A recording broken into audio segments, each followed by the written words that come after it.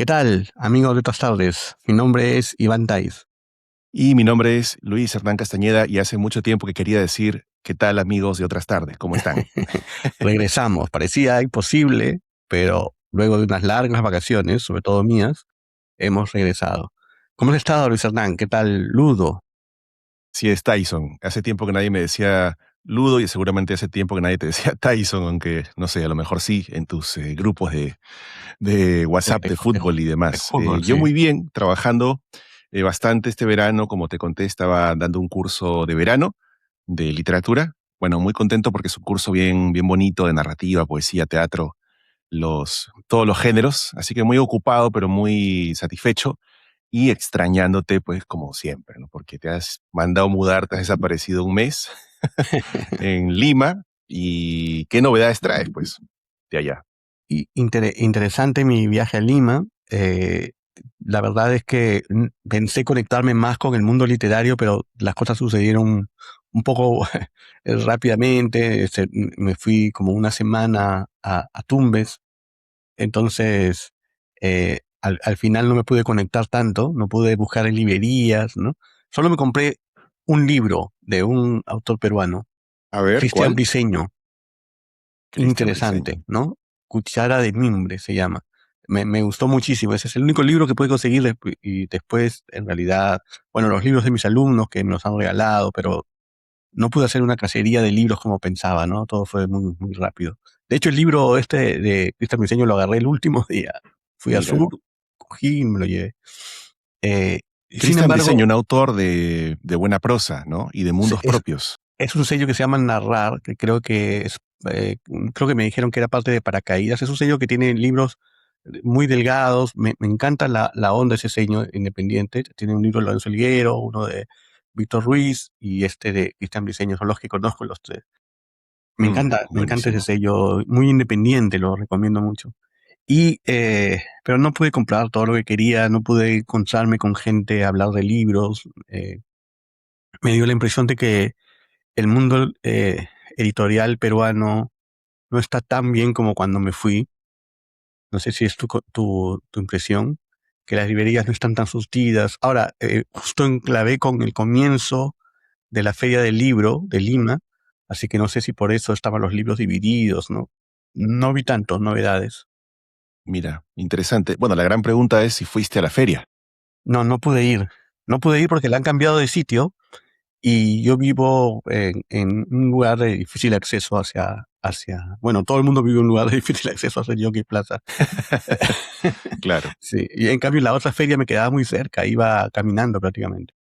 Sí, sí, cruzar de un distrito a otro en Lima es como hacer un viaje internacional, yo sé, muy complicado, Sí. ¿no? Se L- perdona, se perdona. Aunque yo te envidiaba porque decía, Iván está en Lima, va a poder ir a la feria, a las no, yo también. presentaciones, ver autores internacionales, ¿no? Y yo estoy acá en mi rincón con mi gato, Yo, pero bueno, yo también pensé felizmente no eso. pudiste, felizmente no pudiste ir Yo a la también feria. me envidio a ese Iván que fue a la feria, que habló con autores. Yo veía fotos de Gustavo Rodríguez junto con Alonso, con Ampuero. O sea, yo también estoy aquí en Lima, pero no estoy en esa foto. No he podido no he podido reunirme con amigos. Eh, pero sí, una cosa buena que me pareció interesante, quería comentarla, es que yo viví en Barranco, eh, más o menos en el 2000, hasta el 2014, o sea, ya casi más de 10 años. Y, y viví en Barranco, viví cerca de la casa de Víctor Delfín, que no sé si la conocen, eh, más o menos por donde está la comisaría, pero hacia el fondo, más hacia el mar. Y, y tenía una idea de Barranco, de un lugar de difícil acceso, etcétera, pero... Y ahora tuve que ir a Barranco después de más de 10 años que no volvía. Mm, Tuve que ir a Barranco a hacer una diligencia y me di una vuelta y está hermoso. No es así como yo vivía, está lleno de locales, y sé que hay librerías que no fui, pero hay dos librerías, por lo menos vi Heraldos Negros, que es una chiquita, pero creo que está La Rebelde, creo que hay la varias rebelde, más, claro. Ujú. y hay heladerías, hay panaderías nuevas, o sea, un ambiente muy bonito, muy remodelado, la verdad. Me gustó Sí, mucho ver Barranco así. Sí, súper gentrificado. Martín Adán estaría como un turista, ¿no? En este Barranco de Sí. hoy. Y a mí me hizo acordar a cuando yo era muy joven y yo iba a Barranco porque era el distrito literario, ¿no? Era el distrito de la literatura y siempre iba a Barranco. Había una sola librería, pero que era muy grande y que sabes que no me puedo acordar el nombre. Ojalá que alguien que escuche Mm, otras tardes, que sea de mi edad, se pueda acordar el nombre de la librería que estaba al frente de la plaza de Barranco. ¿Librería al Eh, frente por el sí, Juanito por ahí? sí, al lado del Juanito había una librería muy grande de 2 pisos y tenía un nombre, y yo ahí me acuerdo que fue la presentación de un libro de Slava, iba siempre ahí a esa librería, pero ya no me acuerdo, estaba tratando de acordarme Mira, el nombre de todo ese viaje. Eh, pero bueno, yo no llegué a esa librería, nunca la vi, pero me parece un lugar perfecto, central, sí, para una librería. y que, eh, ojalá que Barranco vuelva a ser lo que fue. De hecho, yo presenté mi primer libro en la noche en Barranco, Oh, mira, ¿no? sí, cuando había Eh, presentaciones en la noche, en la claro que noche, sí. sí. Ujú. Bueno, tenemos Bien, muchos proyectos para otras tardes, ¿no? Van a volver los cursos de otras tardes, ¿no? Apenas que Ludo termine sus clases y termine de enseñarle a alumnos gringos que no les interesa nada de literatura y empiece a te enseñarnos, sorprenderías, ¿eh? No es así. enseñarnos a nosotros que queremos saber del libro. Entonces ya volveremos a los cursos de otras tardes, a las experiencias que tuvimos con Carver que fueron tan geniales. Metido, Lue ¿ah? Porque salió súper bien el Súper curso. bien, es muy interesante. La verdad es que recomiendo mucho la dinámica y yo lo voy a decir porque yo siempre digo todo, me muero de calor, por eso me estoy desnudando en público. Eh, este, Porque el Ludo es un profesor muy a la hechura del mundo académico y entonces es un profesor que hace preguntas, que suena bien. Y yo soy un profesor como viejo que se para y habla, y habla, y habla, y habla, y se va, ¿no? Y entonces hacemos un buen match, ¿no? Porque primero hablo yo y luego Ludo habla y preguntan lo que entiendo de mí, y empiezan a hacer un diálogo que yo no propicié y yo también me entero lo que sintieron. Así que yo creo que hacemos un buen match y luego tenemos unas maratón de lecturas que al final yo creo que convencen a todos porque todos compartimos nuestros textos, ¿no? Así que ya volveremos, no sé si volveremos con la idea de Cortázar, si empezaré. A mí me da muchas ganas de hacer un curso sobre cómo empezar a escribir, ¿no? Un Claro, sí, curso sí, de sí, sí, cómo, sí. cómo empezar tanto la primera frase como cómo se te ocurre una idea, o sea, desde el principio, el germen mismo, hasta la consecución de la primera frase. La verdad que Me sería lindo, y gustaría sería mucho. lindo tener personas que tengan diferentes relaciones con ese momento, gente que está empezando, gente que recuerda cómo empezó, gente que quiere empezar, ¿no? Sí, Sería muy lindo. Pero eso me déjame que gusta más. regresemos un momentito al curso de Carver, que ya hicimos en las Carveriadas. Una cosa bien interesante que, Iván, me pareció diferente de otros talleres y que quiero destacar es que hay un doble feedback, ¿no? Tuyo y mío, casi Exacto. simultáneos. En la maratón esta de lectura, la cuentatón, ¿no? Los estudiantes leían sus cuentos breves y nosotros atacábamos ahí juntos, ¿no? Y decíamos cosas diferentes, a veces Sí, coincidíamos, a veces no, pero creo que ese feedback, si alguien se lo toma en serio, puede sacar realmente muy buenas cosas para su escritura, exacto. ¿no? El nuestro y el de los demás alumnos, que también fue un El de los feedback demás alumnos también, por excelente, supuesto, ¿no? ¿no? Bueno, también tenemos muchas ideas para programas, pero déjenos ideas también para otras tardes. Yo lanzo algunas. Evidentemente el tema del momento, que yo espero que cuando salga este programa todavía sea el tema, yo creo que sí, es el de Ya, la Odisea, ¿no es cierto? claro. ¿La viste ya o no? No lo he visto porque, bueno, en mi condición rural no hay un cine apropiado cerca, así que tendría que viajar a la otra ciudad para ir y estoy tan inmerso en la enseñanza que no he podido. Además, mis alumnos, sabes que no pueden verla, están prohibidos. ¿Por qué? Porque está en inglés y ellos han firmado una palabra de honor que únicamente pueden hablar español y leer español y ver cosas en español, así que no, no pueden. ¿Así? Así ¿Que es. es una cárcel? ¿Qué es eso? No, es una escuela de inmersión lingüística, ¿no? Tus alumnos de este curso, pero no los de... No, No, no, no, ya. no, no los del año entero, solamente los de este verano, claro, Ay, sí, ay, sí. ay, pobrecitos. Tienen que ver otras tardes, alumnos. Porque no se Lo pueden único que ver pueden ver es otras tardes, otras están tardes. Wow. obligados. Bueno, eh, bueno, que hay que hablar de la Odisea, hay que hablar de las adaptaciones literarias al cine, ¿no? Es un tema que estaba pendiente y que ahora se pone en actividad. Hay que hablar si les parece muy bien que Lupita sea Helena de Troya, ¿no? Si escuché a un escritor que dice, eh, me sorprende que haya seres mitológicos, ¿cómo es eso? Pero no has leído la Odisea. Sí, claro, ahora se destaca quien en verdad no ha leído la Sí, Odisea. no, claro, me dicen, qué increíble el momento en que aparece un polifemo, ¿no? Yo, bueno, Sí, sí, sí, ¿qué loco, loco, esperabas? loco. Ujú. Pero bueno, me gusta mucho la discusión que se puede generar con la Odisea y a partir de eso de adaptaciones. Esa es Bien, una idea que se me ocurrió que podríamos trabajar, ¿no? Eh, Otra idea es que ya que estamos en la Feria del Libro, sobre la edición, sobre editar libros, ¿no? El mundo de la edición, del papel, ¿no? Experiencias nosotros como edición, qué libros nos gusta editar, si leemos en ebook o no, si los ebooks reemplazarán a la edición. O sea, hablar ya no de cómo ser escritor en el Perú, sino de el hecho de la edición. No sé si me te interesa encanta. ese tema, ¿no? Me encanta, Iván, porque como tú sabes, yo soy fetichista de los objetos y Exacto. me encantan las plumas y los lapiceros y los cuadernos. Y Eso, para mí es muy diferente que un libro tenga un cierto tipo de papel que otro tipo de papel, o la cubierta, o la calidad de los materiales. A veces hay libros que son muy caros, pero dejan mucho que desear en cuanto a la calidad de sus insumos, ¿no? Hablemos de sí. eso un día, ¿por qué no? Exactamente. O sea, esos son dos temas que se me ocurrieron, pero bueno, no sé si tú tienes otros más, pero me encantaría que nos dejen temas para que sea algo muy productivo lo que hacemos aquí en otras tardes.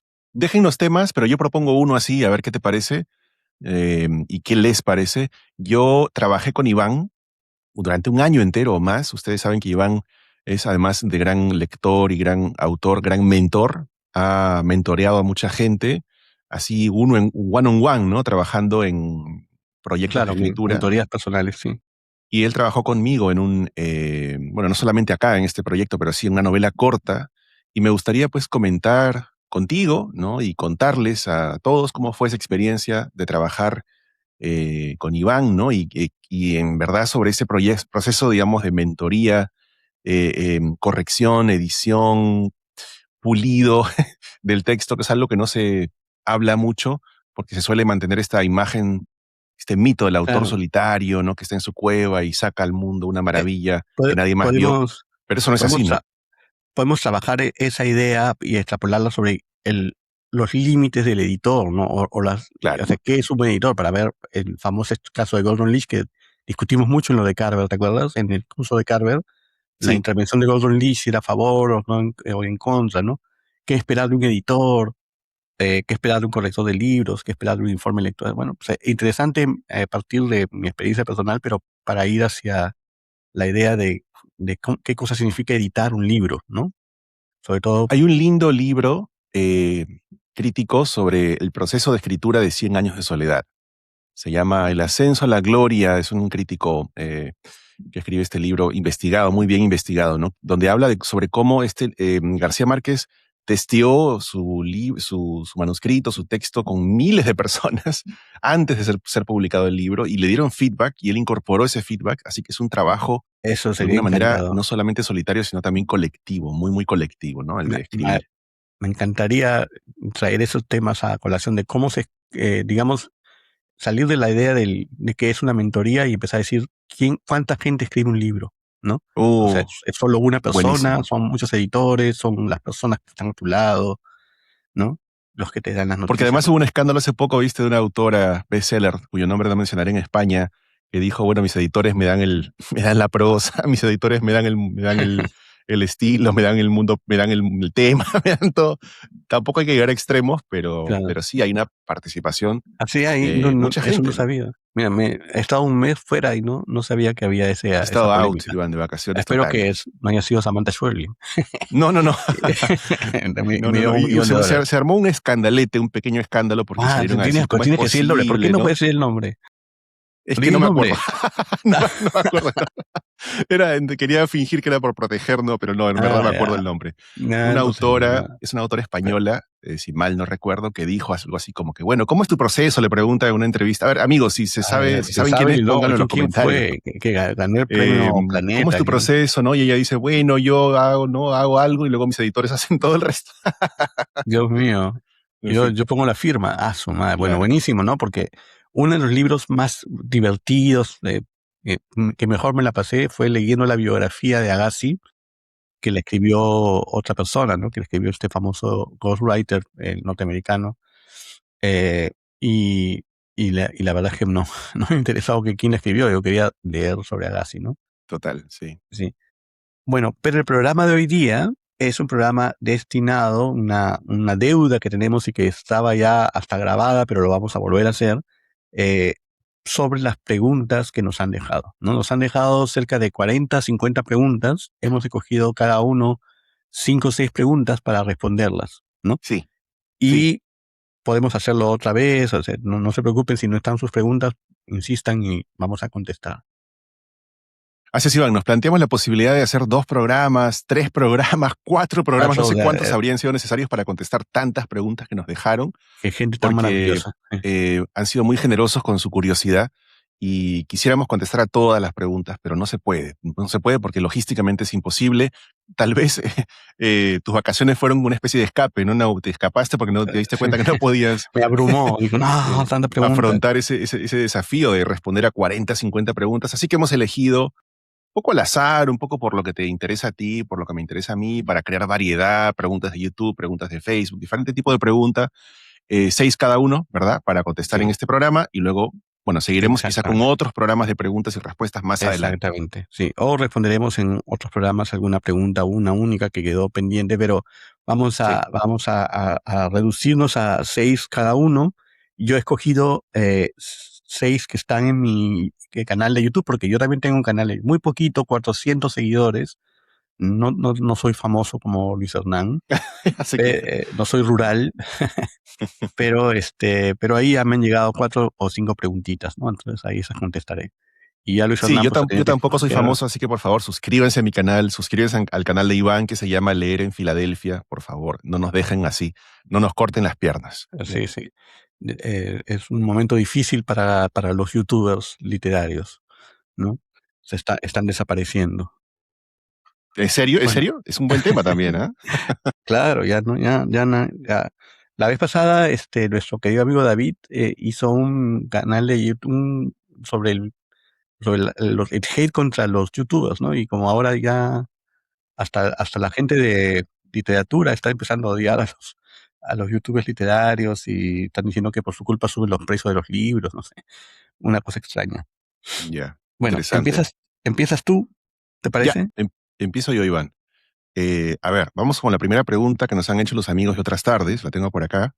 La voy a leer casi completa porque es un poco larga, pero a ver que se entienda la esencia. Esta pregunta viene de nuestro amigo Gabriel Candelo González y se hizo en mi YouTube un escritor rural. Dice, el próximo año concluyo mi formación en el curso de escritura creativa, no está estudiando, y lanzo mi primer libro de cuentos. Desde ya estoy trabajando en ello y quiero saber qué me aconsejan en cuanto a la promoción y divulgación para conseguir buenas ventas.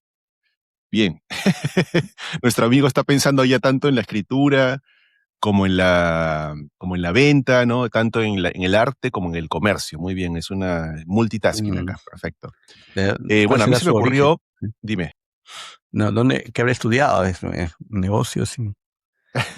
No, yo quiero saber en ese currículum de escritura creativa que hay un curso de promoción de autobombo, no sé. No, estoy bromeando. En verdad es una cosa en la que todos pensamos, ¿no? Por lo menos yo y cualquier escritor que conozca, no hay ninguno que no piense en cómo hacer llegar su libro a más personas, sobre todo en esta época en la que cada vez es más difícil vender y donde los booktubers aumentan el precio de los libros, como dice Pérez Vega, ¿no? Bueno, yo te recomendaría que no, amigo, que no mm, le hagas mala cara a lo audiovisual, ¿no? Hay autores que todavía están un poco recelosos o que tienen miedo de aparecer en la imagen o en la pantalla tienen miedo de hablar, no les gusta dar la cara, no les gusta presentarse mucho o tienen miedo de que el exceso de presentación o de exhibición le haga mal a su aura de autores. Hay un cierto mito todavía de proteger el rostro, ¿no?, del autor.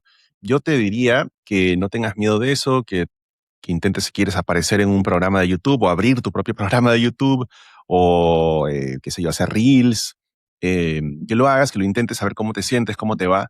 Es una muy buena forma de conectarse con la gente. Te lo digo yo, que durante mucho tiempo no tuve ni siquiera redes sociales, estuve fuera de Facebook durante un año o más y realmente sentí, ¿no?, la pegada del alejamiento de lo que estaba pasando. Y ahora que estoy más presente o intento estar más presente, me doy cuenta de que realmente es un puente de comunicación importante. No sé si para vender, realmente eso no lo he comprobado ni puedo decir que uno venda más por aparecer en YouTube.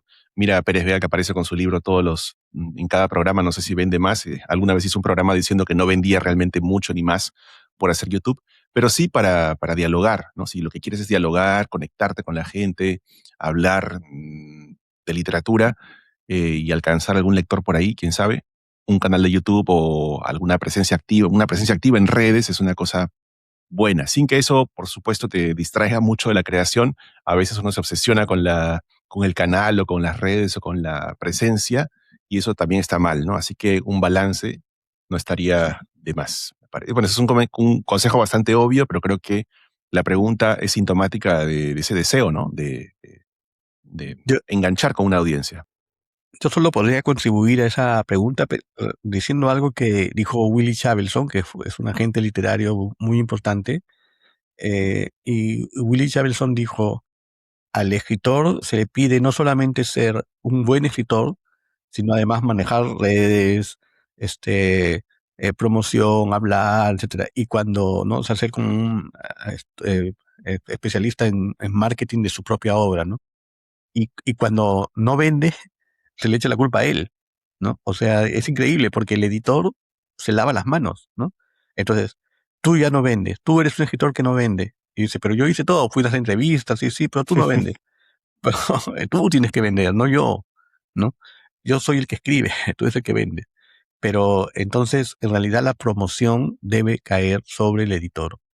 Y si el editor no promociona tu libro, por más que tú hagas un canal de YouTube, Eso es muy cierto, a menos que haya un milagro o una ya, o gran sea, eh, suerte y coincidencia de uno, los astros, ¿no? sí, pero en todo es el editor, es el que tiene que hacer ese trabajo. Si te gusta el YouTube, haz un canal de YouTube, si te gusta hacer reels, haz reels, ¿no? Pero ese no es tu trabajo, tu trabajo es escribir. Sí, Y, sí, sí, y si no vendes, no es porque hiciste un mal reel o porque no tienes YouTube, no vendes porque tu editor te soltó la mano. Esa es la claro, gran verdad. Los sí. editores sueltan la mano y luego te echan la culpa a ti, eso es lo peor, ¿no? Sí, Qué mal escritor que no vende, sí. totalmente, Iván, estoy de acuerdo contigo, ¿no? Pero es la realidad, ¿no? Es la realidad y los editores no van a hacer el trabajo que hacían antes, no pueden a lo mejor, ¿no? Yo agregaría dos consejos inspirados en lo que acabas de decir. Primero, si no te gusta, no lo hagas, ¿no? Si no te gusta Exactamente. hacer reels, si no te gusta hacer videos, si no disfrutas el proceso, el hacer mismo, no vale la pena.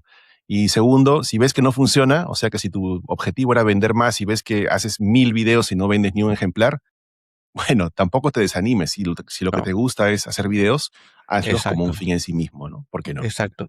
Te tiene que gustar hacer videos, ¿no? Y de verdad, sí, te digo que es una pena que los escritores estén pensando en su promoción, porque es como si tuvieran dos trabajos o tres o cuatro, ¿no?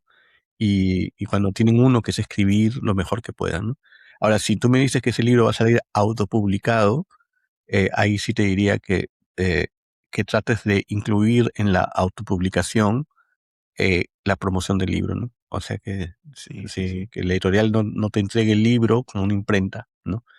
Pero bueno, es una cosa que es difícil, muy, muy difícil, ¿no?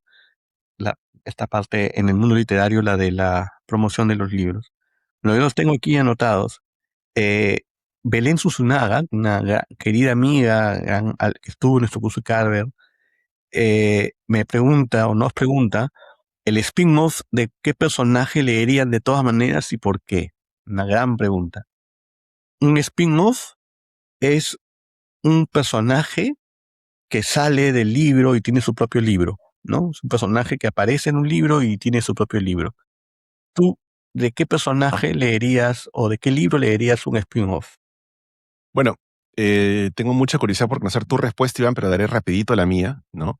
Yo ya leí los spin-offs que quería leer, ¿Ah, que sí? son los que se basan en el personaje de Manolo, este adolescente de Huerto Cerrado, del Ah, primer libro de Bryce Echenique, porque me pero parece que todo el resto de la, sin desmerecer y con un poco de ironía, diría que el resto de la obra de Bryce de Echenique Bryce, es un sí. poco Manolo Pero, creciendo, pero, Manolo pero no es madurando, real, ¿no? Manolo siendo mayor, Manolo siendo anciano, Manolo en todas sus O sea, facetas, ¿no? esa es una interpretación, pero no es real. No, Lo que es una forma de decirlo, lo digo un poco claro, juguetonamente, pero de cierta manera es así, ¿no? quien No se es parece a oficialmente un Julius, ¿no? spin-off, pero hay una vida continua en estos libros, ¿no? Julius es mencionado en No me esperen en abril, Sí, ya mayor, ¿no? sí. Y hay un spin-off de la empleada de Julius, de Vilma, si mal no me acuerdo, si Vilma, Vilma sale sí, sabemos lo que le pasa en No me esperen en abril, que se casa con un profesor del colegio, se van a vivir a la sierra, ¿no? Bueno, ese es un spin-off, ¿no? A ver, a mí me gustaría, miren lo culto que soy, ¿ya? a ver, Un spin-off de Levin, del personaje o sea, una novela para Levin, solamente para ver cómo fue la infancia, cómo fue la vida, cómo son las relaciones del personaje, que es un personaje importante en Ana Karenina, ¿no? Pero me gustaría sí. mucho saber el mundo privado, por qué tiene tan buenos sentimientos Levin, ¿no? Ese es un spin-off que me encantaría leer. Qué bonito lo que dices, Iván. Mira, justo cuando tú pensaste en el pasado, la infancia, la formación de ese personaje, yo pensé en lo que le pasará después. Claro, ¿Cómo ¿qué lo le tratará pasará la después? vida ya en los 40, 50, 60 años? Sí, pero yo digo, ¿Qué ¿cómo pasa llegó a con los ser tan buenos? sabio? Porque él aparece como sabio, ¿no? Y me gustaría saber por qué se hizo sabio. De repente, o sea, además, sería un buen spin-off sobre alguien, no que fue bueno toda su vida, sino que alguien que le pasó cosas muy atroces, ¿no? Muy fuertes, de repente mató o casi muere, ¿no? Y entonces y todo eso lo fortaleció espiritualmente y lo hizo un hombre sabio, maduro, ¿no?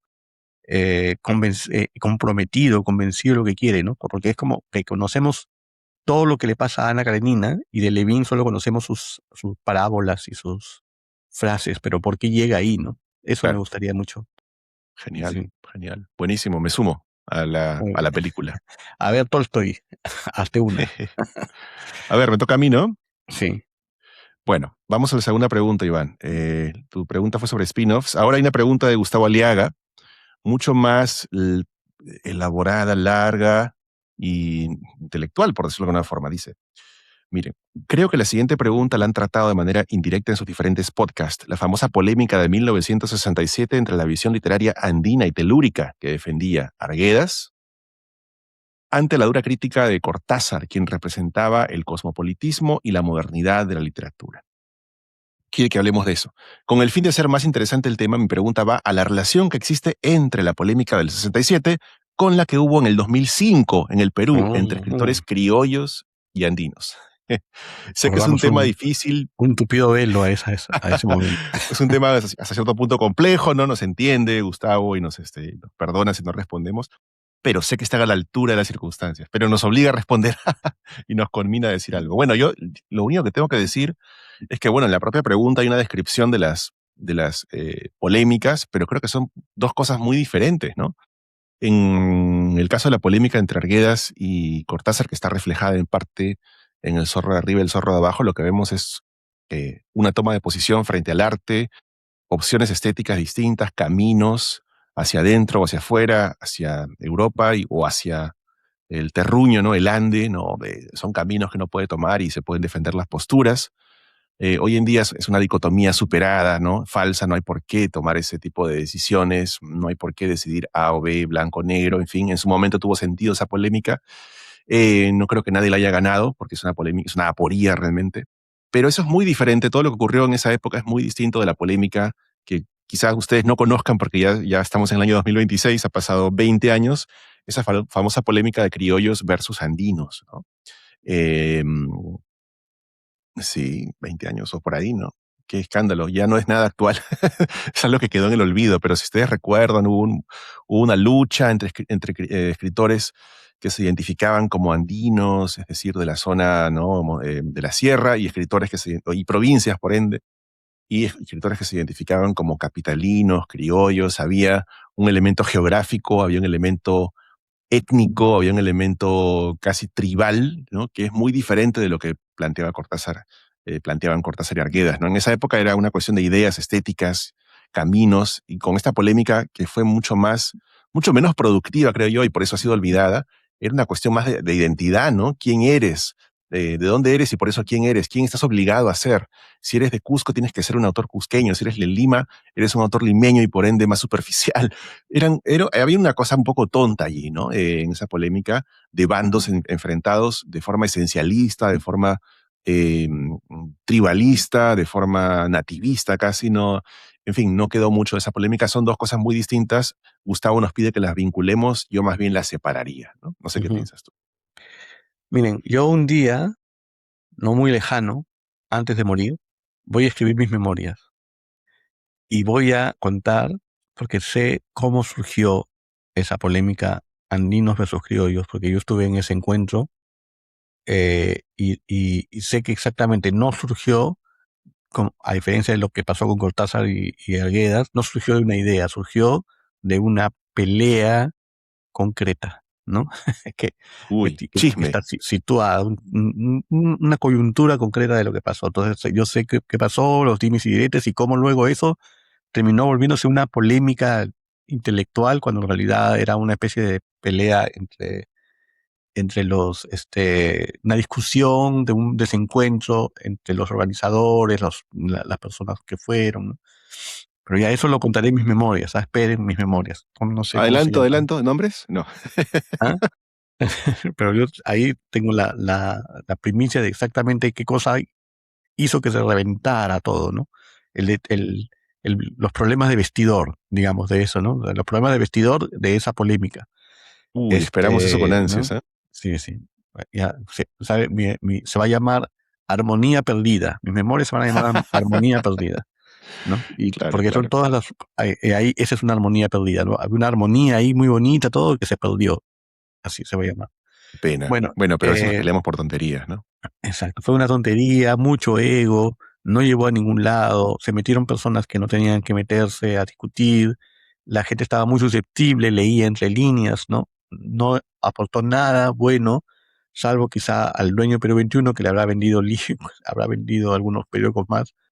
No aportó nada bueno. Esa polémica no tiene nada que ver con la literatura peruana. No tiene, Ni con el Perú, diría yo. ni con el Perú, ni con los escritores. Al final todos esos publicaban en el mismo editorial, ¿no? Sí, sí, O sí. sea, todos han publicado, o sea, era increíble, ¿no? Y Hay además eran una falsa amigos, polémica, era una una falsa falsa polémica, eran egos contienda, ahí, una claro, tontería, sí. ¿no? Muy Pechándose así de retórico, muy broma, ¿no? simplista, Sí, muy poco seso y mucho músculo, ¿no? Y mucha sí, sí, hormona sí. en esa pelea. Claro, yo me acuerdo, por ejemplo, que siempre me quisieron indisponer contra Osvaldo Reynoso, que era, digamos, del parte andina, aunque él no es andino, y yo era súper criollo, supuestamente, aunque no soy nada criollo, y Tú y eres moqueguano, por favor. como que soy moqueguano, y me acuerdo que cuando pasó lo de la comida peruana, el que mejor me defendió fue Osvaldo, o sea, y Osvaldo siempre defendía las ideas de otros, entonces tú podías opinar en contra. Yo siempre opiné en contra de cosas de Osvaldo. Osvaldo no estaba de acuerdo con lo que yo opinaba, discutimos públicamente un encuentro en Chile, ¿no? Pero al final éramos amigos y nos respetábamos, ¿no? Entonces yo creo que eso también pasó también entre Miguel Gutiérrez y Ampuero y todo, porque se pueden haber destinado algunos insultos, pero yo creo que se respetaban, ¿no? Entonces esa polémica solamente fue humo, ¿no? Que sirvió para que gente que no estaba vinculada a la literatura chismeara, ¿no? Sí, Pero yo fue voy a una decirle, necia diligencia errada, como sí, diría Sor Juana. yo diré la verdad. Todo Muy pasó bien. en un almuerzo. Bueno, Esperamos pero esas memorias, Armonía Perdida, ya lanzó armonía el título igual. perdida, ¿no? No. Y confieso que no he vivido. Pero en cuanto a la polémica, que también tuvo mucho que ver con vanidad, entre Cortázar y Arguedas, sí fue una polémica de puntos de vista. sí fue muy interesante, ¿no? Fue muy atractiva esa polémica porque planteó algo que ahora no tiene mucho sentido, pero que en ese momento era muy importante y era sobre la labor profesional del escritor, Sí, ¿no? claro, también. Ujú. El hecho de que el escritor tenía derecho a considerarse escritor y que tenía derecho a considerar que la literatura le pertenecía. Y eso a Arguedas le molestaba de Cortázar, ¿no? Le molestaba que Cortázar quiera hacer cosas modernas, según él, que hablara de lugares que no son los lugares de la patria, que hablara de técnicas literarias, ¿no? Y él tenía pues una visión completamente rural en otro sentido de la literatura, donde el Sí. escritor era un ser muy puro, conectado con la naturaleza, que hablaba sobre su propio pueblo, que no profesional, ¿no? Y muy serio y solemne y siempre Sí, dolido y cuya sí. única misión es buscar el alma del Perú para siempre. Una cosa, Ahora, eso ha permanecido, ¿ah? Hay gente que tiene esa visión hasta ahora mira, en el Perú, te diré es, yo. es muy interesante porque esa polémica se volvió, como digo, sobre el escritor profesional contra el escritor natural, digamos, ¿no? Era más eso, el que usaba técnicas y el que no usaba, el que salía en los periódicos y el que no salía, ¿no? Un poco esa polémica de ese tipo se fue por ese lado, también por el lado de la influencia extranjera contra la naturalidad, ¿no? Por esos lados. Pero la verdad es que leí la excelente biografía que ha hecho Fieta Jarque sobre Blanca Varela. Eso lo leí en Yo Tumbes, todavía no. ¿verdad? Mira tú, Ese es cuéntame. otro libro que leí, aparte del de Cristian Briceño. Leí excelente y descubrí que Arguedas lanza esa polémica no solamente desde su tono personal, sino que era una forma de entender la intelectualidad y la cultura de la época de los contemporáneos peruanos de Arguedas, Ya, ¿no? buenísimo. Les recomiendo mucho leer eso porque estaba Blanca Varela, estaba Westphalen, estaba el mismo Wilson, esa idea de pasar por lo bajo, de no tener éxito y de que el éxito literario o el éxito artístico es una cuestión secundaria, lo esencial, eso estaba en su generación, ¿no? Mira. Ujú. Entonces ahora entiendo por qué Westphalen le dijo a Octavio Paz, así más simbrólogo, entiendo Claro. por qué Ailson se negaba a hacer entrevistas, por qué Blanca Varela no leía en público, no tienen toda esta actitud de una especie de aristocracia, pero no aristocracia de pituquería o de dinero, sino de que el escritor es un ser esencial. Claro. Y claro, para ellos Cortázar, pues que hablaba de jazz y salía en entrevistas y grababa cassettes, les debe Sí. haber parecido pues un horror, ¿no? Bueno, podría Entonces, decirse una lucha entre puros e impuros, es en comillas todos, ¿no? entre comillas, sí. En la También será parte de limpieza las del memorias. escritor. Armonía perdida. Ya se viene, también viene. Muy bien. Ujú. Ahí también voy a Bueno, contar cómo le ganaba a Ludo todo el tiempo. ay, que Dios mío, ¿Ah? mitos, leyendas del Perú. Cómo los destruía los de Neverland, que estaban llorando, así, por favor, no más, no más. Así, ahí contaré todo. Me obligas a contar mi versión, ¿ah? Nils Erickson Salvador, A que ver, también es un gran amigo, ha sido mi alumno también muchas veces, que también está escribiendo un libro excelente, nos pregunta él es muy exagerado, dice 10 cuentos o novelas de amor y 5 libros de casados infieles. Ya quiere que estemos acá 2 años contestando. una y una nomás, ya está. Cuatro en total. Uno, un libro de amor no correspondido y tú, un libro de amor, tú que tú quieras, ya sea de infidelidad o lo que sea. Pero yo voy a decir un libro de amor no correspondido. Un libro de amor O no correspondido. A sea, ver, yo dije dale. ya, me dice libros de amor o de infidelidad. Bueno, de infidelidad le voy a contestar. A mí, el que me fascina y que lo volví a leer porque estaba en la casa donde me alojé, lo encontré, o sea, en mi casa, pues, me alojo en mi casa cuando voy a Lima y ahí encontré mi libro, está Intimidad de Kureishi. Ah, bueno, ahí me robaste. Maravilloso libro sobre la infidelidad, ¿no? Pero sobre amor, para mí el gran libro de amor es El Jardín de los Finzi Contini. Creo Ujú, que es el ujú. único libro de amor que me ha conmovido como si me hubiera pasado a mí. Yo leí El Jardín de los Finzi Contini, leí la historia de amor de Giorgio y Nicole Finzi Contini, y fallida, ¿no?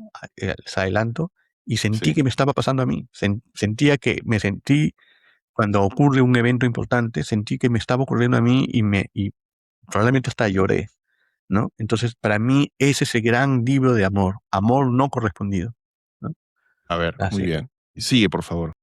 ese, ya. Y si quieres infidelidad, el mejor libro para mí es Intimidad de Kureishi, ¿no? Que es el diálogo, monólogo de un infiel. Mira, mira. Estaba buscando, porque no me acuerdo del título. ¿Cómo se llama ese título? Ay, soy pésimo para esto. Estas cosas siempre me agarran, estas preguntas. Esta novela de un autor español que se llama Un día perfecto, Un año perfecto, que se publicó hace poco sobre infidelidad justamente. Yo la leí y me pareció buenísima. Estoy buscando acá, yo soy para títulos y autores soy pésimo, ¿no? Eh, en fin, mientras me acuerdo, diré que es imperdible acá Madame Bovary, pues, ¿no? Claro. Como O el libro de infidelidad, los como infieles del manual. siglo XIX, ¿no?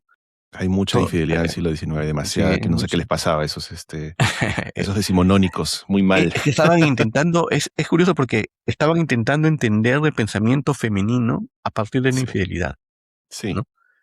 Es como que pero no creo que haya sido más infieles en el 19 que ahora, ¿no? Pero les interesaba mucho el pensamiento femenino, ¿no? Cómo pensaba la sí. mujer. Y también, bueno, hay una idea de la familia burguesa que se va a descomponer y se Exacto, va a destruir en el siglo claro. XX, ¿no? Acá está el texto que yo quería recomendar, Iván. Jacobo Vergareche, Los días perfectos. Ah, no lo ¿Te conozco. Ah, acuerdas? sí, no conozco.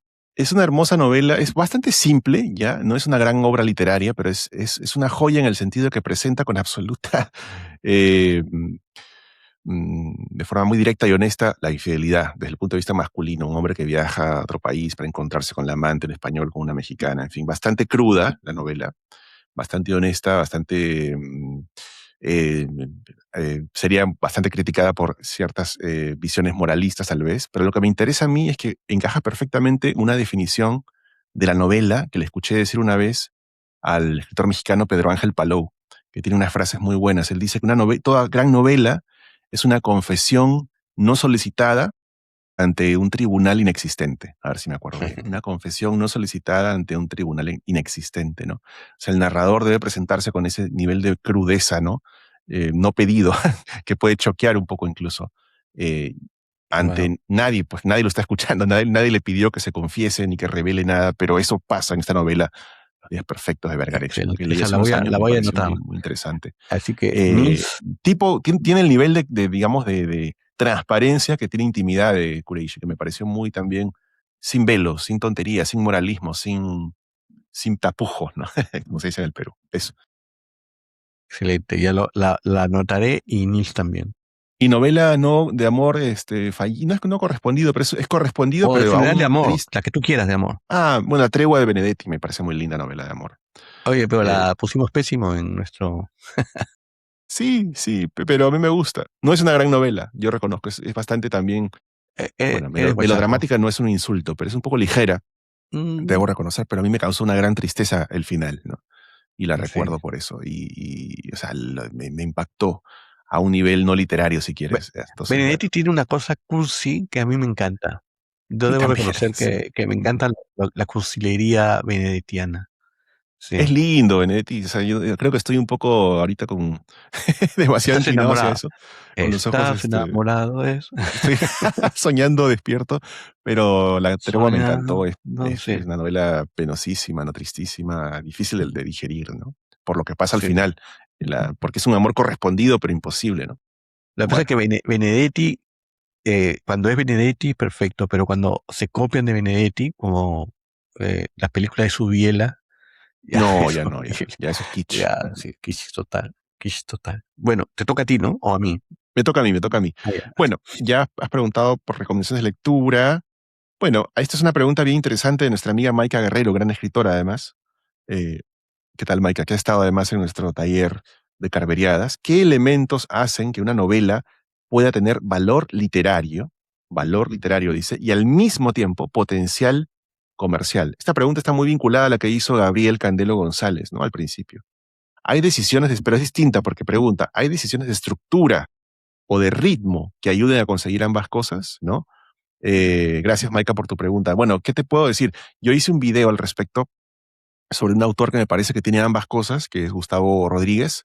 Hice un video que analiza Mamita, una novela que tiene un poco ambas virtudes, diría yo, ¿no? De ser una novela muy, no sé si no sé si bestseller, pero sí que tiene las condiciones para hacerlo, y luego tiene un valor literario también. Y hablaba un poco de la conjunción, en ese video hablaba yo un poco de la conjunción entre la historia individual y la historia colectiva. O sea, Ujú, que la historia individual tiene que ser buena, tiene que ser interesante, tiene que tener pues, un arco narrativo correcto, ¿no? Tiene que haber un personaje complejo, bueno, unas relaciones, todo eso a un nivel micro, familiar, doméstico, eso tiene que estar bien trabajadito, pero al mismo tiempo, para que la novela enganche con un público mayor, tiene que conectarse con algún tema, buscado deliberadamente o no, que tenga resonancia pública, ¿no? En el Perú, en una época, es el ejemplo elemental. Se publicaron muchas novelas con cierto éxito vinculadas al tema de la violencia política, la memoria histórica, ¿no? En España el tema de la guerra civil, por ejemplo, en fin, grandes temas que estructuran una comunidad o que dividen bandos o que provocan conversaciones en otros ámbitos. El tema del racismo, por ejemplo, en el Perú es súper importante. El tema de la salud mental, vinculada con el racismo también. O sea, no te digo que estés cazando temas rentables, ¿no? Pero sí que ese enganche con un tema de interés, obviamente puede ser una ventana para que la novela, no, sin dejar de tener valor literario, pueda acceder a un público mayor. Ahora bien, no es ninguna fórmula, no es ninguna receta, no es ninguna garantía. Como bien dicen los editores, ellos mismos no saben cuándo un libro va a vender o cuándo no va a exactamente. vender. Es un gran misterio. El público es caprichoso, el público es cambiante, el gusto es imposible de asir, ¿no? Entonces yo te diría que no sé. En cuanto al ritmo, pues lo más evidente sería, claro, no duermas, ¿no? No duermas al lector. Un ritmo más o menos Pero que tenga quizá el lector, cierta pulsión ahí sería bueno, ¿no? sí, quizá Eso. el lector quiere ser dormido, ¿no? O sea, Claro, en vez realmente de somnífero puedes tener un es que libro.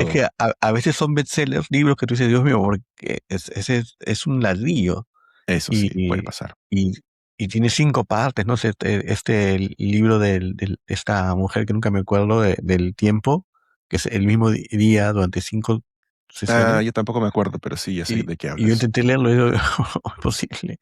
Este libro no avanza, este libro es extenso y sin embargo ha tenido un éxito, ¿no? O sea, en realidad no hay una fórmula para hacer un bestseller, ¿no? Por más que venga Joe Sanders perdón, Joe Sanders no, ¿cómo se llama el Sanderson, ¿no? Sanderson se llama el que te escribe cómo hacer un bestseller, Sí, y que todo el sí, mundo lo menciona en YouTube, en los YouTubers, sobre todo gringos. Sanderson, ¿no? es Anderson, Sanders es sí. el genio, Joe Sanders es un genio, pero hay uno Sanderson, creo que se llama, es un bestselleresco, te da una fórmula, no funcionan las fórmulas. No, no, No, no, no, no, funciona a no hay fórmula. veces. Sí, no.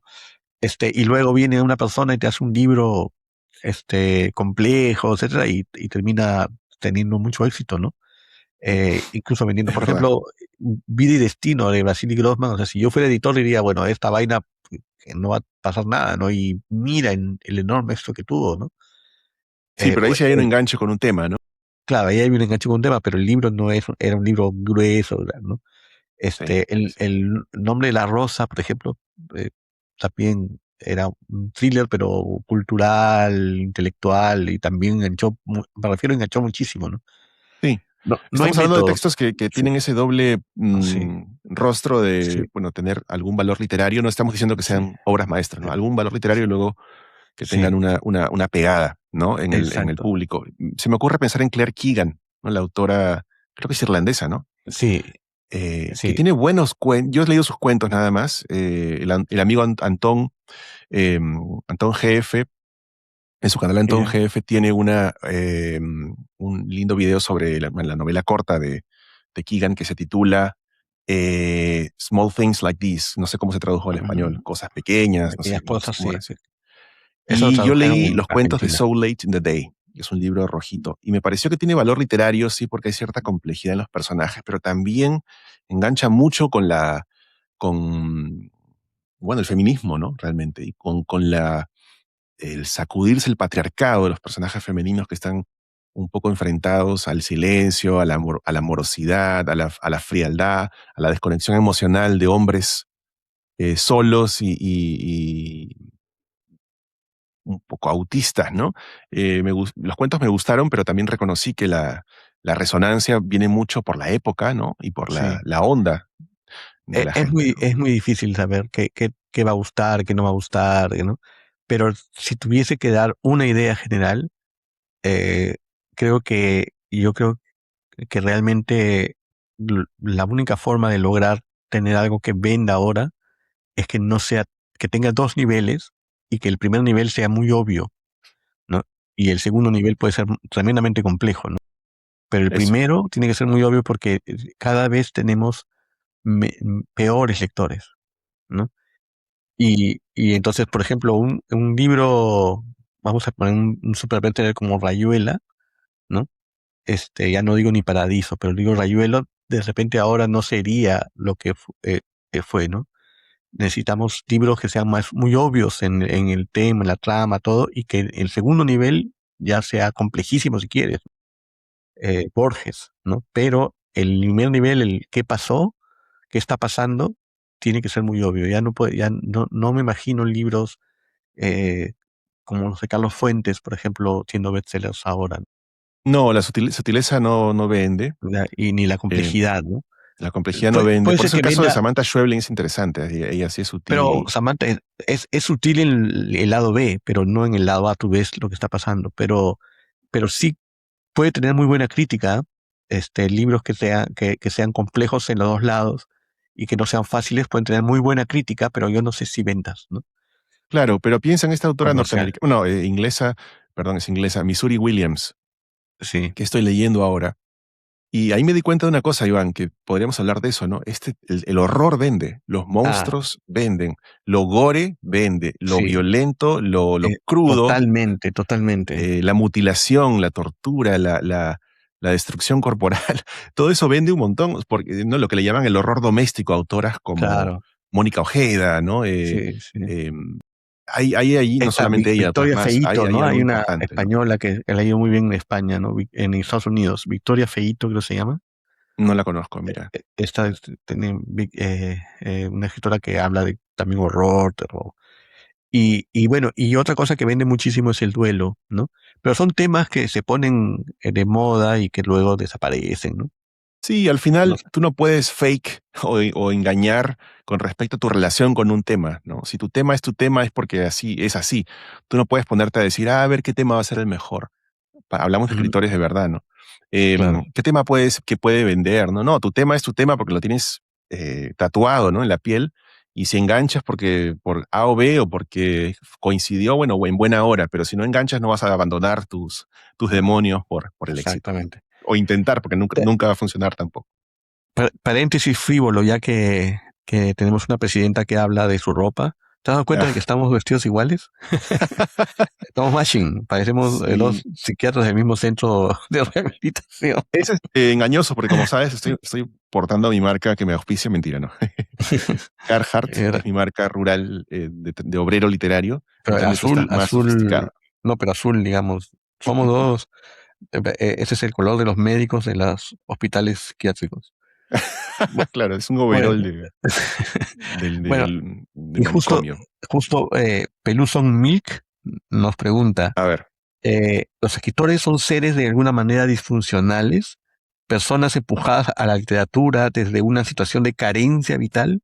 ¿O no existe relación entre trabajo artístico, literario y una situación personal así? Y me pone, soy fan de Bryce, no sé por qué puso eso como yo no, ¿qué tiene que ver? no, Bueno, bueno. Pero hay mucho de eso, ese mito de que el escritor tiene que sufrir, ¿no? Que tiene que ser disfuncional, la idea del poeta maldito, ¿no? Del Baudelaire, que es alcohólico, ¿no? Y que una persona que es un burócrata que va a su trabajo de 8 a 10, que mantiene a su familia y que no se droga, no puede ser escritor, ¿no? Tiene que haber locura, tiene que haber eh, algo disfuncional en su vida, ¿no? Yo realmente no estoy de acuerdo con eso, ¿no? Para nada. Al sí, contrario, yo creo es. que los escritores disfuncionales muchas veces podrían ser mejores escritores y no lo son por su disfuncionalidad, ¿no? Ujú. Eh, Sin embargo, yo creo que los seres humanos somos disfuncionales en general. Eso Entonces, es lo por que iba a ejemplo, decir yo. por ejemplo, Chiver era alcohólico, ¿no? no por eso fue escritor bueno, fue escritor bueno porque tenía un enorme talento, porque estudió, porque aprendió, etcétera, pero era alcohólico, como puede ser alcohólico tu dentista, como puede ser alcohólico tu jardinero, puede ser alcohólica Sí, sí. la enfermera que te atendió, ¿no? El alcohol no lo llevó a ser un genio, lo que lo llevó a ser un genio es su talento y su esfuerzo, ¿no? No, absolutamente de acuerdo, Iván, pero creo que la pregunta también va a preguntarse si no hay algún tipo de, o a interrogarse si no hay algún tipo de desajuste específico del escritor. Yo no sé si eso existe o no, pero yo sí sé que muchos autores tienen una lejanía frente al mundo, ¿no? Un desenganche, un desajuste justamente en el sentido de no un trastorno o una Claro, adicción necesariamente, sino una brecha entre tú y el mundo, entre tú y el grupo, entre tú y la realidad, entre tú y tu tiempo, entre tú y las modas, entre tú y la opinión general. Siempre hay una brecha de duda o escepticismo o cuestionamiento. Y creo que por esa brecha se cuela la ficción, ¿no? Y ahí entra ese otro sí, mundo posible que uno imagina cuando imagina un libro. No sé, es una hipótesis, pero en esencia estoy de acuerdo contigo. Nada sí, reemplaza el talento, nada reemplaza el esfuerzo, nada reemplaza a la dedicación y más bien las adicciones y las trasnochadas y las drogas y el alcohol y todo eso, que son formas de trastorno muy visibles, ¿no? Y muy, además, espectacularizadas. Eso puede conspirar contra una obra, claro que sí, destruirla, pero es paradójico porque en la misma medida alimenta muchas veces las obras, ¿no? ¿Qué sí. sería un Carver sobrio, por ejemplo, al principio? Un Carver sobrio no sería Carver, pero quizá al mismo tiempo habría escrito más, ¿no? O En hubiera fin, es escrito otra imposible cosa decir. que también sería genial, ¿no? Pero mira, yo siempre fui muy fan de una frase de Vargas Llosa que dice que todo escritor y todo lector nace con un momento de quiebre, ¿no? O sea, Eso un sí, momento de quiebre en la vida en la que él dice, la vida no es como me la han dicho, así que me entrego a la ficción para solucionar la vida, ¿no? Y entonces yo siempre creí, porque yo me siento partícipe de eso, o sea, la literatura vino conmigo al mismo tiempo de la desilusión de la vida o de los el grandes miedos, desengaño, del desengaño, y yo creo que mucha gente nace de ahí, mis alumnos nacen de ahí, ¿no? Pero ahora que además de ser escritor, me estoy dedicando a la consulta astrológica y hablo con personas que no quieren ser escritores, o sea, personas que estudian marketing, son abogados, etc. este, encuentro que ellos también tienen un gran desajuste con la vida, que tienen un momento de quiebre y que no los ha llevado a la literatura, ni a leer ni a escribir, pero los ha llevado, por ejemplo, a relaciones con sus familias, etcétera, a otras cosas, pero en realidad ese momento de desajuste, Vargas Llosa lo ha romantizado. Eso está en todos nosotros. No creo que exista una persona que diga, para mí la vida es un lecho de rosas, ¿no? ya, Miel sobre hojuelas, como decía un poco para bromear, ¿no? claro, claro.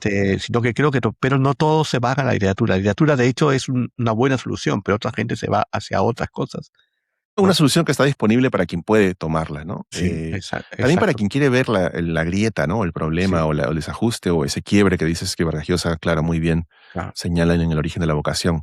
sí. Creo que mucha gente no es que vivan en lechos de rosas, pero prefieren imaginar que viven allí, ¿no? O no, prefieren no ver lo que les indica que no O están. prefiere solucionar su quiebre no a través del arte, sino a través de otros temas, ¿no? Claro, ya nos Eh, metemos en la diversidad humana y sí, es cada sí. exactamente, Pero que todos estamos exacto. rotos, de alguna forma, claro que sí, por supuesto. Exactamente. Yo he descubierto que no solo los escritores están rotos, todos estamos rotos, pero no todos escriben, ¿no? Ujú. Y luego También también hay niveles de rotura. sí. Bueno, y luego, y lo otro también es que se romantiza mucho los errores de los escritores, entonces hay esta antología de 33 poetas suicidas, ¿no? Entonces hace pensar que prácticamente el ser suicida es una categoría de escritor. Cuando se suicida, pues tanta gente se suicida y no escribe, ¿no? O sea, al año nunca escribe ni nada, ¿no? No han escrito una línea y igual tiene la misma depresión que tenía Silvia Plath, ¿no? O que Sí, sí, tenía sí, sí, Virginia sí. Woolf. Entonces no hay que romantizar lo maldito ni la disfuncionalidad. Es cierto que con eso los editores escriben, pero porque su labor es escribir, ¿no? Sí, sí, sí. Por eso es que escriben sobre eso, no porque son esos, escriben, ¿no? De Si no acuerdo. fueran escritores, de alguna manera solucionarían esos temas o hablarían de esos temas, ¿no? De otra manera, ¿no? Pero como creo que su manera de comunicarse es escribir, dejan testimonio de sus dolores, ¿no? Entonces no romanticemos la disfuncionalidad. Bien, Te de toca. acuerdo. Me toca, muy bien. Pasemos a esta pregunta de Quique Renzo 779, también viene de YouTube. Saludos, Quique. Hola Luis Hernán, Iván. El escritor Andrés Trapielo declaró a ABC, y cito, ese es el único principio estético que sí he tenido bastante claro, el de la naturalidad. Aquello que decía Juan Ramón Jiménez, me imagino, que yo he repetido hasta la saciedad. Quien escribe como se habla llegará en lo porvenir, llegará al porvenir, perdón, y será más leído y hablado que quien escribe como se escribe. Esto es importantísimo. La literatura no es escribir bien. La literatura es sobre todo escribir natural. Cierro comillas. ¿Qué opinan? Traje esta porque creo que vamos a tener opiniones contundentes acá, A ver, a ver. Iván. Aquí hay, creo que hay en este comentario hay una confusión, ¿no? Porque una cosa es escribir espontáneo, así nomás natural, y otra cosa es usar la oralidad en tu escritura. Son cosas muy diferentes. Uno puede usar la oralidad, incorporarla, trabajarla con mucho cuidado, con cero espontaneidad y con mucho programa, ¿no? Y uno puede al mismo tiempo hacerlo de forma chapucera o torpe o espontánea, natural. Como bien sabes tú y como bien enseñas en tus libros, la espontaneidad no existe en literatura. Existe el cálculo, existe la estrategia, existe el medir las cosas muy bien, ¿no? Y la oralidad puede ser un ingrediente de esa receta, pero no es en sí misma una garantía de posteridad ni nada por el estilo. Ahora, dicho esto, a mí me interesa mucho irme por el lado de la oralidad en esta pregunta que nos han hecho. Yo sí creo que la oralidad es muy rica. La oralidad, trabajar con la oralidad, o sea, darle una forma estética a la palabra oral, una forma trabajada, literaria, obviamente, ¿no? Depurada, es muy valioso. No solamente porque registra un tiempo y un momento y un grupo social, eso es para los sociólogos, sino porque ayuda mucho a caracterizar a los personajes por cómo hablan, ¿no? Por qué palabras usan, y más aún si son palabras reales que son sacadas del habla de un grupo particular. Pienso, por ejemplo, bueno, te va a sorprender mi ejemplo, lo que pasa es que se lo estoy enseñando. El retablo de las maravillas de Cervantes, este entremés, donde hay una riqueza oral tremenda para caracterizar a los personajes y jugar con los temas, ¿no? Bueno, en fin, es Cervantes. Todo eso es muy valioso con lo oral, ¿no? Y también porque permite crear un mundo cerrado, ¿no? Yo he usado mucho la oralidad en algunos libros míos. La oralidad tiene vida corta, ¿no? Pertenece a la forma de hablar de una generación, por ejemplo, se muere rápidamente, entonces no tiene esa idea de permanencia automática y sin embargo un libro con alta carga oral y por lo tanto situada, regional o urbana, eh, tiene posibilidades de ser más único, me parece, y de perdurar más en el tiempo. Así que, de alguna forma, así, dando un rodeo, estoy un poco de acuerdo con el comentario, que la oralidad tiene un altísimo valor en literatura, pero depende cómo la trabajes, que hagas un verdadero trabajo con ella y que no simplemente la dejes espontáneamente hablar por sí misma, porque en literatura nada es así, ¿no? Esa sería mi Sí. respuesta corta al Yo tema. no llego a entender muy bien lo que quiso decir Trapielo con natural, Ujú, ¿no? Si se refiere a lo coloquial, a lo oral, ¿no? O si se refiere a lo no literatoso, digamos. Es ujú, cierto que ujú, hay algo muy literatoso que hace que uno no entre en los libros, ¿no? En los textos. Cuando uno lee algo y dice, el autor dice, sin embargo, mientras Juan avanzaba por esa deleitosa avenida, los pensamientos se precipitaban sobre él ¿no? Entonces uno dice, sí, uy, bueno, se ha vestido de escritor, ¿no? claro. Y ahí no funciona, ¿no? Pero yo sí estoy en contra de que yo me imagino que a eso se refiere, ¿no? A que escritores que escriben como escritores y no escriben como su lengua natural les pide, ¿no? Ahí es de acuerdísimo con Trapielo, ¿no? Pero si se refiere a la idea de la espontaneidad, del no componer, del no trabajar los textos, ahí estoy completamente en contra, ¿no? Porque la literatura es una composición. Yo, la lucha mayor que he tenido con los alumnos cuando dicto clases de principiantes es que no les gusta que les cambien las cosas, porque así salió, porque así fue, ¿no? O sea, Mm, porque así fue, entonces digo, ¿por qué en vez de dos hermanas no tiene uno? No, porque tengo dos. Sí, ya no importa tú, no importa el personaje, ¿no? qué bueno, sí. Ujú, O si no, porque mira, has puesto esto, cámbialo así, no, es que así fue como se me ocurrió. Entonces no funciona, ¿no? Si piensas que porque se te salió así es la verdad, ¿no? Tienes que componer. La literatura es composición, la literatura es cambiar los elementos, ponerlos para que resalten, para que funcionen, para que digan lo que quieres decir, ¿no? Y si para eso tienes que mentir, miente, porque es la verdad de las mentiras, como diría Vargas Llosa, ¿no? En ese sentido, no, como digo, no sé lo que Trapiro se refiere, pero si se refería a una cosa, sí, yo sí estoy muy en contra de los escritores que escriben como escritores, ¿no? He tenido la fortuna de ser jurado de concursos como Mil Palabras, como el Cuento Copé, y además de concursos internacionales muchísimos, incluyendo el premio Alfaguara. Y si te digo que el más grande error, el que hace que tú saques al es que son escritores que se nota que están impostando una voz literaria, Uy, ¿no? sí, es horrendo eso, claro Y que tú sí. dices, no, eso no funciona, no funciona, ¿no? No. Bueno, eh, Siguiente. Henry Loaiza nos hace dos preguntas. La primera es, ¿qué libro de los que admira le hubiese gustado ser el autor? Ah, Oh, a ver. invitación al robo, invitación al plagio. ¿A qué libro yo le pondría mi nombre así? ¿No? Con enorme orgullo. Yo lo voy a decir, lo tengo clarísimo, A ver, a ver, a ver. ¿no?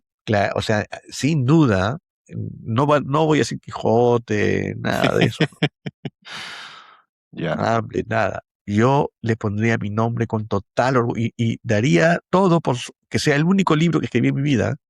Si ese libro lo hubiera escrito, no lo hubiera escrito nunca más, me hubiera sentado a mirar el cadáver de mis enemigos. Es Pálido Fuego. Claro, Yo una genialidad, es pues. más, creo que toda mi vida ha sido un intento de escribir Pálido Fuego en mil formas.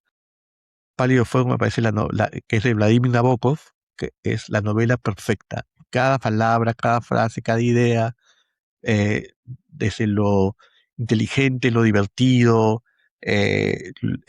lo oculto, la locura que hay detrás de ese libro, la risa que hay detrás, todo me fascina, ¿no? La Ya, escritura misma.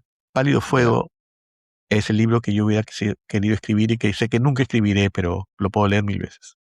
ya, ya. ¿Y Magnífico, tú? magnífica decisión. ¿Qué más? Después el resto es silencio, ¿no? Ujú.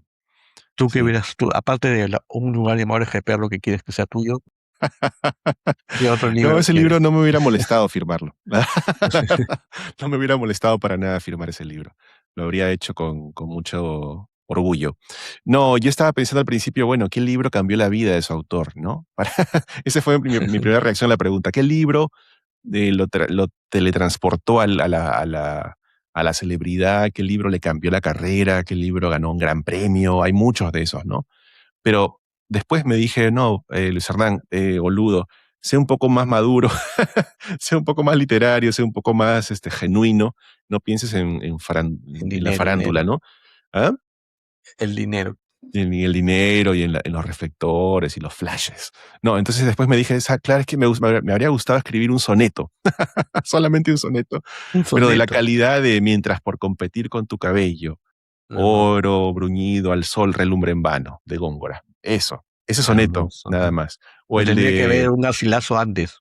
o el de Quevedo, Para- ¿no? para- Polvo enamorado seré. O amor el de Sor constante más allá de Juana, la ¿no? muerte. Esos sonetos del Carpe Diem, de la Vanitas, de los barrocos así, duros. Eso me hubiese encantado. Hacer Nunca, solamente una joyita perfecta como esa, y ya después a descansar, ¿no? Y nunca hemos hablado ya de invertir poesía, en pero Bitcoin y todo eso. sí. Pero a mí mi poeta favorito es Garcilaso de la Vega. Claro, pues Yo obvio. lo admiro En más tanto que de Rosa y Azucena. sí. Yo admiro más a Garcilaso de la Vega que a Góngora y a Quevedo. Es más luminoso, es más tú, es más tú. Sí, Es me más encanta. renacentista, ¿no? Bueno, Y renacentista. era una música perfecta, ¿no? Me encanta. Y como poeta peruano, mi favorito es Egilson, que eso siempre lo he dicho, ¿no? Me encanta Eguren, me encanta Vallejo, Branca Varela, ¿no? Pero Egilson me parece el gran genio de la literatura peruana. Tienen más luz, comparten eso Eyelson y Garcilaso, Me tienen parece, esa luz, esa claridad. sí. Bueno, en fin. Bueno, si sea un poema, tú un poema, ya, claro, evidentemente todos hubiéramos querido escribir Harry Potter, dice el millonario. Evidentemente. Pero O no, o sea, no, incluso la de Eco, ¿no? El el nombre de nombre la de la rosa, rosa, mejor, más sí. intelectual, ¿no? No, Pero bueno, no sé, cada vez el libro más vendido de la historia, ese quiero firmar. No, quiero firmar los cheques, no quiero firmar los. claro, claro. No, no Bueno, autógrafos. Bien, bien. Mucha más sí. sinceridad, más sinceridad. A ver, ¿Me toca a sí, mí? sí, te toca a ti. Ya vamos llegando al final, ¿no? Ya igual me tengo que ir a Sí, enseñar. u- A uno ver, más y yo una más. Sí. esta es corta. Libros que cambiaron sus vidas. Yo puse acá, no tengo una nota, El Castillo de Franz Kafka. Me cambió la ¿Ah, vida. ¿Puedo sí? explicar ¿Por por qué te qué? cambió el castillo de Frank Kafka? Porque me enseñó que es posible escribir así, un sujeto desadaptado, como yo, frente a un gran mundo imaginario completamente de su creación, lo que es el castillo, un laberinto de sombras. Me enseñó que podía escribir así, ese mundo interior puede exteriorizarse, ¿no? Expresarse y ser suficiente. No hay necesidad de hablar de qué sé yo, la política, la historia, los temas, como decíamos antes, los grandes temitas. No hay necesidad. Uno puede volcar ese castillo que lleva adentro y ya está, ¿no? Sí. Primer libro del que tengan recuerdo, El Tesoro de la Juventud. Eso es literal, o sea, eso no es una respuesta pensada, ¿no? Si me acuerdo de empezar a leer con los artículos, las entradas, no sé, de esa enciclopedia de pasta verde que se llama El Tesoro de la Juventud. Ser un buen lector nos hace mejor, ser un buen lectora nos hace mejores personas de ninguna manera. Hay excelentes lectores que son pésimas personas y viceversa, ¿no? Escritor favorito, ya no sé qué decirte. Hace un año hubiera dicho Lebrero, Mario Lebrero, ¿no? Pero estoy descubriendo otros autores, creo que estoy entrando a otra etapa. Escritor para tomarse un café, eh, puse acá Borges, porque bueno, hubiera sido una sucesión de genialidades y putats, ese café, ¿no? De Borges y Silencio Mío. Esta pregunta, que tiene muchas preguntas, es de Luis Ángel. Gracias, Luis Ángel, también viene de YouTube. ¿Y tú, Iván? A A ver, ver, hazme la misma pregunta y ahí terminamos. un ping-pong. Libros que cambiaron tu vida. Ya, libros que cambian. Voy a decir tres. En primer lugar, Ana Karenina. Ana Karenina me volvió escritor, ¿no? Me hizo decir, yo también quiero disfrutar escribiendo la historia de alguien, quiero que la literatura sea parte de mi vida, ¿no? La leí muy joven, la volví a leer y la he leído 1000 veces. Ana Karenina cambió mi vida, ¿no? Luego, Un asunto personal de Kenzaburo. Mm, Ese es un libro que para mí es como si hubiera sido parte de mi vida, como si hubiera vivido esa historia, sobre todo la primera parte, la segunda no tanto.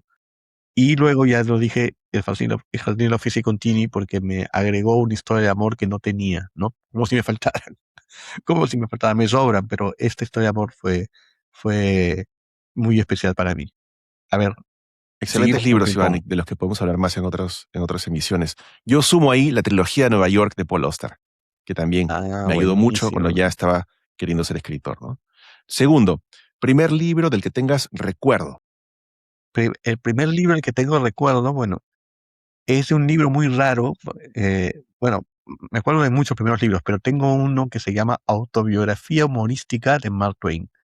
¿Por qué? Mira, mm, Porque era del color de la gelatina con leche que me hacía mi mamá. El libro era oh, de ese color. mira, qué lindo Y yo que recuerdo. era muy niño y lo tenía lo tenía conmigo, pero prácticamente para lamerlo, no para leerlo. No. Un recuerdo prenatal. Claro, es así, Casi. o sea, parecía el libro de la leche, ¿no? La gelatina con leche. Entonces, agarraba y lo leí Has vuelto a y la cuna, tú. Es un lo recuerdo de intentaba bebé, leer. casi.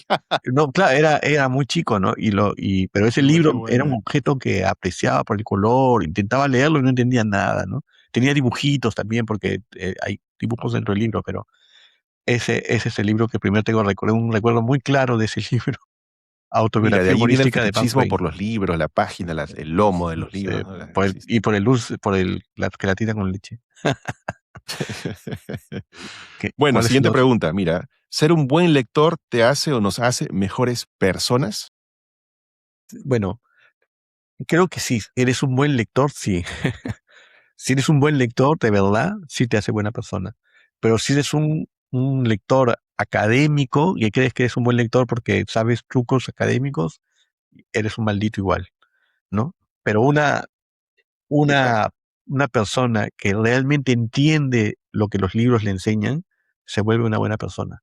No, y no solo Ya, literatura, sino si entiendes la Biblia, si entiendes lo que le pasa a otras personas en el mundo, si entiendes artículos, si lees libros de historia, ¿no? Si lees libros de política y entiendes lo que ha pasado y realmente entiendes, necesariamente vas a ser mejor persona. Y si eres libros un de psicópata que quiere filosofía. entender para matar mejor. Probablemente seas un pésimo lector. Claro, o sea, el peor lector que puede haber tenido Salinger es el Mark Chapman, ¿no? Sí, Que leyó, leyó el Comandante Centeno como si fuera una orden para asesinar a Leon Lennon. O sea, hay que ser imbécil, ¿no? Entonces, claro. eso no es un buen lector, ¿no? Ahora, si por buen lector significa un hombre que tiene mucha biblioteca, obviamente yo puedo tener muchas bibliotecas y leer muchísimo y ser un estúpido, y asesino, y criminal, y mala persona, pero no es un buen lector. Un buen Porque hay lector, ciertas ideas de ser buen lector que te pueden convertir en un vanidoso, en un petulante, no, ¿no? Yo he leído porque mucho, yo sé mucho, buen lector te entre hago el name comillas, dropping claro. así, ¿no? Ah, sí, yo leo porque leo Derrida y leo Foucault. No, no. Un Sí, sí, buen sí. lector es una persona que entra en ese conocimiento del libro y eso te hace mejor persona. Es como si me dijeras, hacer yoga te hace mejor persona. No, porque puedes hacer yoga por moda, porque te sale, porque quieres hacer algo que te gusta, ¿no? Pero si no entiendes la filosofía detrás del yoga, eres una rata miserable igual, ¿no? Exacto, de Sí. acuerdo. Y Escritor favorito, así nomás, es una pregunta bueno, bastante amplia, ¿no? Tolstoy, sin duda, es Amplio. mi escritor favorito de todo el tiempo. Tolstoy me parece un genio absoluto, más Ajá, que Cervantes, más que Dante Alighieri, más que mira, Shakespeare, ¿no? Para mí Tolstoy es el gran escritor, es mi Flaubert, como Vargas Llosa tiene Flaubert, yo tengo a Tolstoy, el Tolstoy, modelo sí, de escritor. Eh, Nabokov fue excelente. mi gran escritor, mi escritor favorito durante muchos años, y actualmente Peter Stam, los contemporáneos, el que no me pierdo nada, el que leo todo es Peter Stam. Peter Stam, aprovecho para decir que acabo de hacer un video sobre Marcia en Vermont, una novela corta de Peter Stam que está en mi canal. Dejo el link acá en el video de otras tardes. También me gusta mucho Peter Stam, tiene ligereza, pero no es light. Eh, es como abrir una ventanita y te enseña un mundo. Me gusta mucho, pero bueno, Han Kang, ¿verdad? Me olvidé. Han Ahora me Kang es fascina buenísimo, Han Kang, me tiene está sí, otro peso, fascinando otro Han Kang, peso. sí. Bueno, muchas gracias por estar en otras tardes. Gracias por sus preguntas. Hemos dejado muchas pendientes, pero ya haremos otro programa, ya después de que me vuelva de otro viaje. Sí, Y y en realidad dijimos que íbamos a hacer 6 cada uno, pero creo que hicimos 5 al final. bueno, no importa, al Se me final quedó una hubo en el varias. tintero, bueno, en fin, ya se nos han quedado muchísimas, pero volveremos, Sí. volveremos, perdón, a este tema porque es un tema muy rico de conversación con Y, ustedes, ¿no? y tienen que darnos ideas para nuevos programas y les advierto que Luis Hernán y yo estaremos dentro de 2 meses, ¿no? Ajá, Juntos uy, en uy, uy, Canarias. Así que díganos qué quieren que hagamos en Canarias. Un en vivo, una entrevista a algún escritor de los que vayan allá. Ya vemos cómo sí, podemos sí. hacerla, ¿no? Hay un festival muy importante en España, en Canarias, que nos ha invitado, bueno, y a muchos más autores peruanos y de otras partes para su edición de este año 2026. Así que nos vamos a la playa a hacer una edición de Otras Tardes con una cañita en la mano y el fondo, el mar de Sí, fondo. exactamente. Muchas gracias por Bueno, estar con otras tardes. Y ya no muchas gracias y nos fallaremos. vemos. Chau. Chao.